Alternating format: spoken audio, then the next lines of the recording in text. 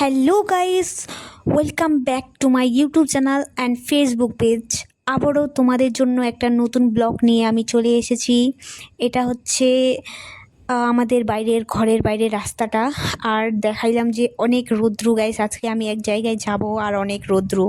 তো আমি স্নান করার জন্য ওখানে কাপড় টাপড় নিয়ে নিয়েছি আর আমার স্নান করে চলে আসলাম গাইস।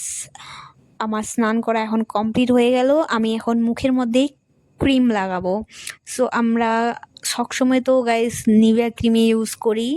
তো এখানে ওই ডিব্বাটা খালি ছিল, কারণ অনেকগুলো নিভিয়ার ক্রিমের ডিব্বা ভর্তি হয়ে গেছে, তার জন্য। তো সবগুলো তো আমরা ওখানেই রাখি, তার জন্য কোনটা হাতে আসে বুঝতেও পারি না। তো আমি এইদিকে ভালো করে মুখের মধ্যে ক্রিমটা লাগাচ্ছি যাতে আমি একটু ফর্সা হতে পারি গাইস। এমনি তো অনেক কালো মানুষ, তো দেখতেছি আর লাগাচ্ছি যে একটু যদি ফর্সা হয়ে যায় মুখটা। আর এইদিকে ক্যামেরা দেখে নাটক করা শুরু করে দিয়েছি। সো দেখো গ্লো এসেছে গাইস, ফর্সা হয়েছি আমি। তো আমার ক্রিম লাগা শেষ হয়ে আমি এই যে খেতে চলে আসলাম। এদিকে হচ্ছে আমাদের রান্না হয়েছে আলু দিয়ে কলার কি ভিতরে থাকে না কলা গাছের ওটা, আর মূলা ভাজা আর শাক ভাজা আর পাঁপড় ভাজা।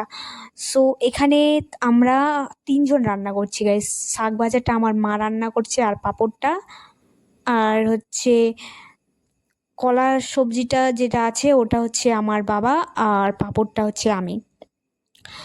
তো আমার খাওয়া হয়ে গেল গাইস, খাওয়া কমপ্লিট। এখন আমি তাড়াতাড়ি রেডি হয়ে যাব। তো তোমরা আমার ব্লগটার সাথে থাকবা। ঠিক আছে গাইস, এই ব্লগটা এখানেই, আর ওই ব্লগটার সাথে থাকবা।